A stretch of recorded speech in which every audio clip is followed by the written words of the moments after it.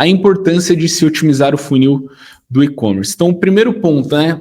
Qual que é o cenário do Brasil?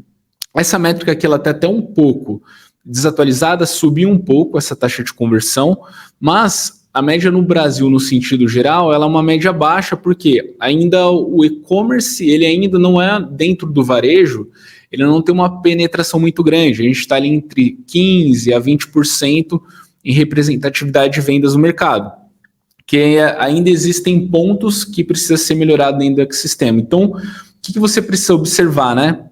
Você está dentro dessa média, então se você olhar a taxa de conversão ali, seja pela plataforma do Google Analytics, sua plataforma de e-commerce, seja lá qual ferramenta você utilize para mensurar essa métrica, qual é a sua média? Você está em 1,65%, você está menos 1%, tem e-commerce que a gente já pegou, dependendo do segmento, que às vezes acontece de ter uma taxa de conversão muito ruim, sei lá, 0,5%.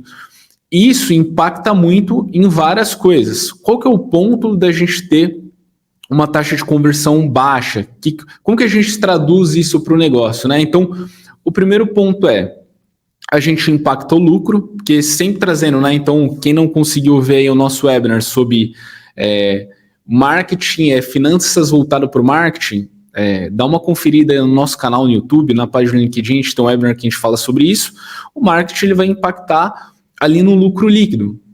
Então, se a gente tem uma ineficiência nesses investimentos, logicamente a gente vai estar impactando nas margens de lucro da empresa. Outro ponto a gente impacta no ROI do negócio e quando a gente vai traduzir isso para investimento em publicidade, a gente tem impacto direto no ROAS, que é o retorno sobre investimento em mídia. Legal?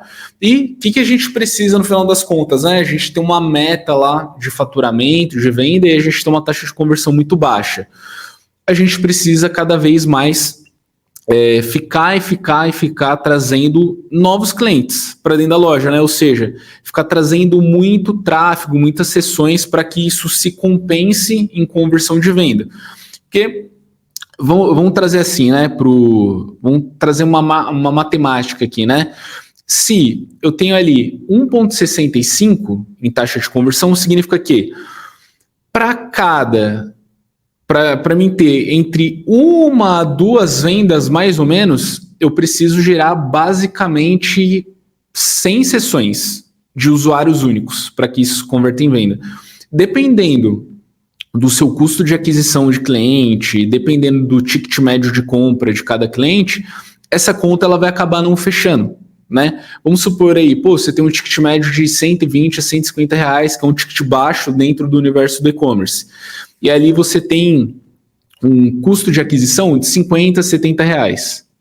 Então, isso daí já começa a impactar, né? Porque só para mim adquirir um cliente, eu estou gastando quase 50% do valor de compra, e aí eu tenho custo de produto, eu tenho impostos, eu tenho uma série de coisas para pagar, e isso acaba não batendo, entendeu? Então, por isso que é esse ponto, quando a gente vai medir eficiência, né, de oferta, de várias coisas, a gente precisa olhar isso de forma matemática. Então, isso daqui são os impactos, né? O profissional de marketing tem que traduzir para, não é só taxa de conversão tecnicamente da loja ou do canal de venda, que isso se traduz de impacto para dentro da empresa, que é o que você precisa olhar.